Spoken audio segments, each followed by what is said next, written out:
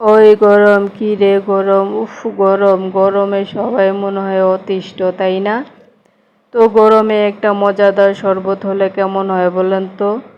আমি একটা জিনিস কেটে নিয়েছি, এই জিনিসটার নাম হয়তো অনেকে জানেন, অনেকে জানেন না। আমরা আসলে এই জিনিসটাকে বাঙ্গি বলি, আপনারা কে কী বলেন অবশ্যই জানাবেন। তো বাঙ্গিটার বিচিটা আমি ভালোভাবে পরিষ্কার করে ধুয়ে নিচ্ছি। ধুয়ে নেওয়া হয়ে গেলে এখন আমি বাঙ্গিটাকে কিউব কিউব করে কেটে নেব। তো কাটার আগে অবশ্যই ছুলতে হবে, তো ছুলে নিচ্ছি। বাঙ্গিতে একটা চিহ্ন দেখছেন, এটা আসলে পচা না, এটা একটা দাগ। তো দাগ শুদ্ধই আমি দেখালাম, অনেকে দাগ ছাড়া দেখায়, আমি দাগ শুদ্ধ দেখালাম। এই শরবতটা খেতে এত টেস্টি হয় কি বলবো, বলে বোঝানো যাবে না। আপনারা অবশ্যই বাসায় তৈরি করে খাবেন। বাঙ্গিতে আসলে কোনো টেস্ট থাকে না আমার মনে হয়, আপনাদের কি মনে হয় জানি না। তাই আমি একটু আম দিব বাঙ্গি শরবতে। তো আমি অর্ধেক আম কেটে নিচ্ছি, পুরো অর্ধেক না, মানে অর্ধেকের চেয়ে একটু কম একটা আম আমি কেটে নিয়েছি। এখন আমি আমটাকে কিউব করে করে কেটে নেব।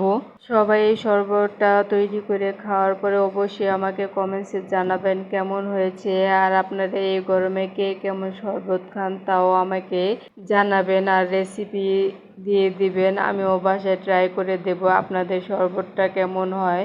সবাই তো গরমে অনেক ধরনের জুস খান, শরবত খান। এই জুসটা অবশ্যই খেয়ে দেখবেন বা এই শরবতটা অবশ্যই খেয়ে দেখবেন, অনেক মজা হয়। তো আমি একটা কাঁচামরিচ দিয়ে দিলাম, তারপরে কিউব করে কেটে রাখা আম, তারপরে দিয়ে দিলাম কিছু ধনিয়া পাতা, তারপরে কেটে রাখা বাঙ্গি, দিয়ে দিলাম স্বাদ মতো চিনি। আপনারা যাদের চিনির সমস্যা আছে তারা চিনিটা স্কিপ করতে পারেন বা কম দিতে পারেন।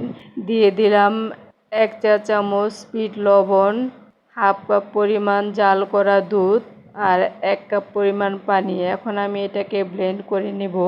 ব্লেন্ড করার সময় আমি এতে ঠান্ডা পানি ইউজ করেছি। তো আমার এটা ব্লেন্ড করা হয়ে গেছে। আমি যেহেতু ঠান্ডা পানি ইউজ করেছি, কোনো বরফ ইউজ করিনি, এখন বরফ দিয়ে পরিবেশন করে নেব। তো 1 কাপ ঠান্ডা পানি দিয়ে কিন্তু আমি এটা ব্লেন্ড করেছি, সাথে হাফ কাপ দুধ। এখন আমি কিছু বরফ দিয়ে এটাকে ভালোভাবে নেড়ে তারপরে সবাইকে দিয়েছি। সবাই খুব মজা করে খেয়েছে, আমিও খুব তৃপ্তি সহকারে খেয়েছি। আপনারাও বাসায় অবশ্যই এটা ট্রাই করে দেখবেন। আমার কাছে তো অনেক ভালো লেগেছে, জানি না কার কাছে কেমন লাগবে। আল্লাহ হাফেজ।